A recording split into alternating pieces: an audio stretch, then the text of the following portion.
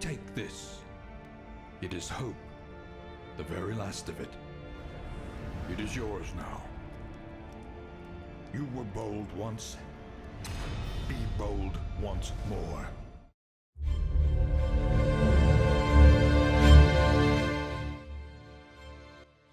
Ruin has come to your mental stability as Darkest Dungeon 2 releases on early access. Sequel to the Kickstarter hit, Darkest Dungeon has returned to push you and your party to its limit, with its seemingly unforgiving gameplay. However, this game is a large departure from the previous title. Darkest Dungeon is still the turn-based RPG you know and love, but this time around we got Red Hook Studios' take on Oregon Trail as you load up your cart with your favorite heroes and steadily head towards your doom. Before we start my review, I would like to mention I was given a free copy of the game by Red Hook Studios, and as a big fan of the first game, I am here to give them a huge thank you. So let's get the most obvious change out of the way, and that is the new art style. The first game had a wonderful 2D style with minimal animations but plenty of different sprites that went on to make the game look very recognizable.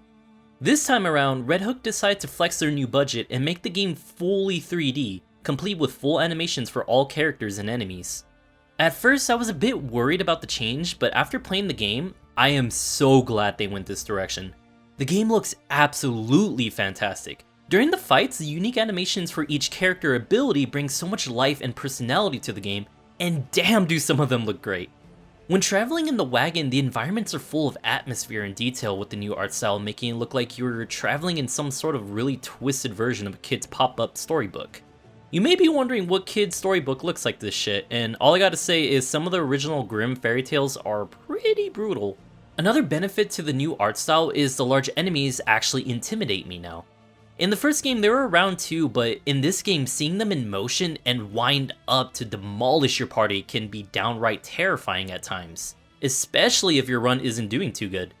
I mean, look at this fucking guy! He's towering over my entire party, and I feel bad for making my group fight him, cause I sure as hell wouldn't throw hands with a pig built like a brick shithouse.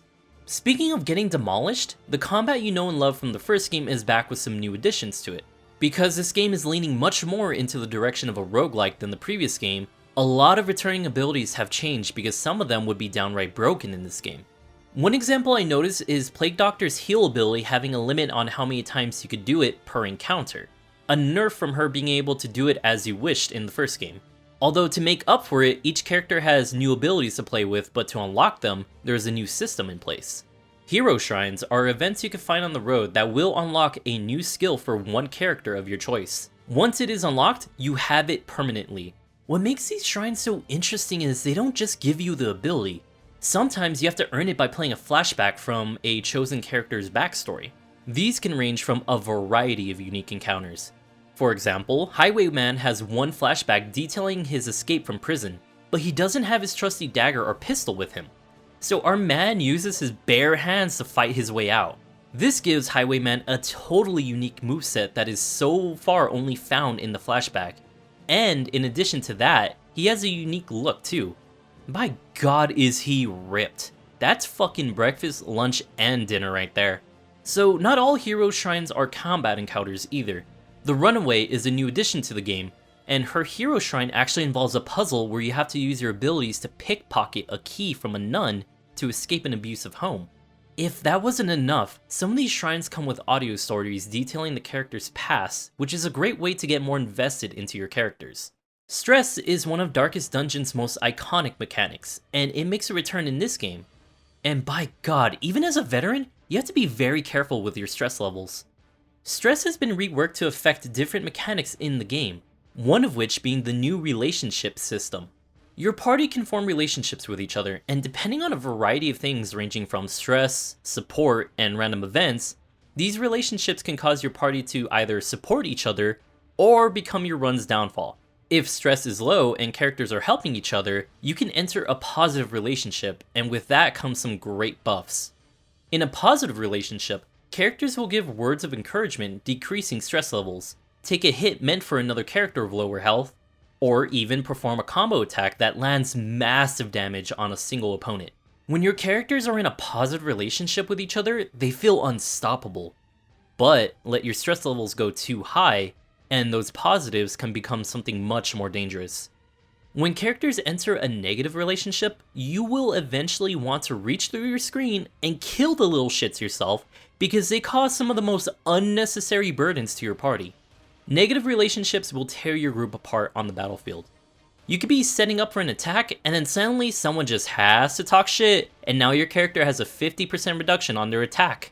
Or you kill an enemy and some dumbass has to go, "Stealing my glory, eh?" causing unnecessary stress to your character.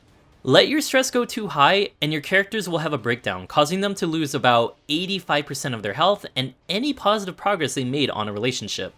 The new systems are brutal, unpredictable at times, and make you hold your breath not knowing if this will ruin your run, and with all of that, it feels right at home with Darkest Dungeon.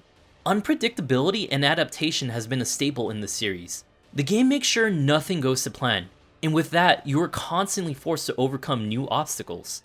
In one moment, you could be doing perfectly fine, and suddenly you lost half of your party, but right after that, your remaining 2 party members can somehow get their shit together, and you make it long enough to reach the end of the lair.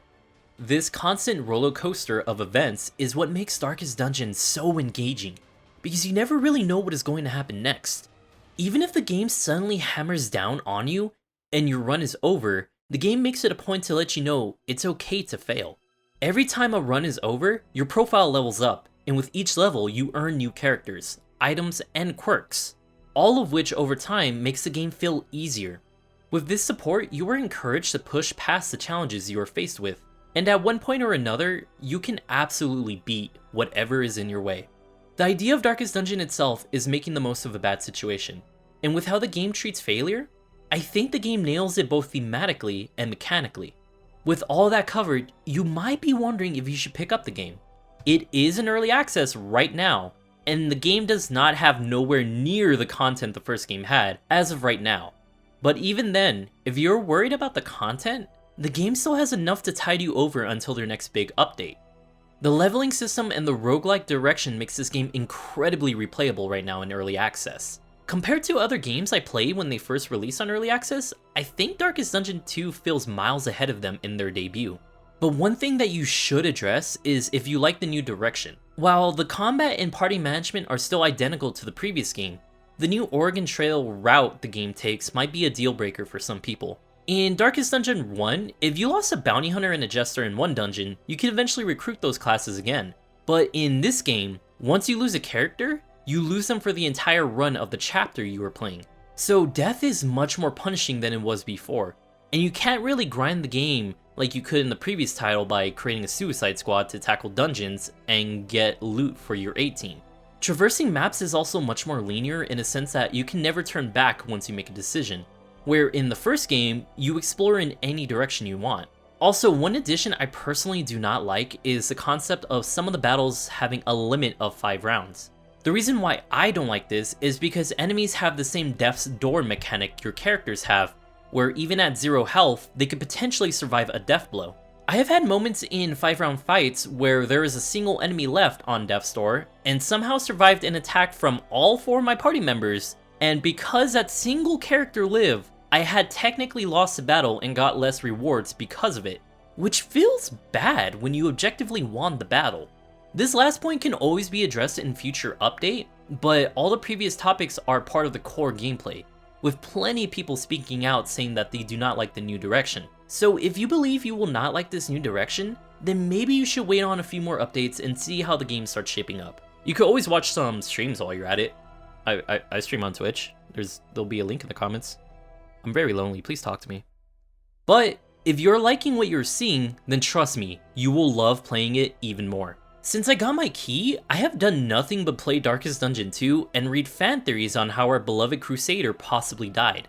As someone who loved the first game, this game is shaping up to be just as good, or even maybe better than the first game. And I'm excited to hopefully see my favorite bounty hunter and masochist hobo make their way back into the game. Alright, I gotta start managing my stress levels before I have a breakdown. I'm Chris from Genuine Chill. If you liked the video, you should like the video and subscribe for more reviews, because if you subscribe, we will enter a positive relationship and I'll compliment you every time you make a pig bleed. So until then, keep those stress levels low and tell those little shits to stop getting so mad about stealing their glory. And I'll hopefully see you next time.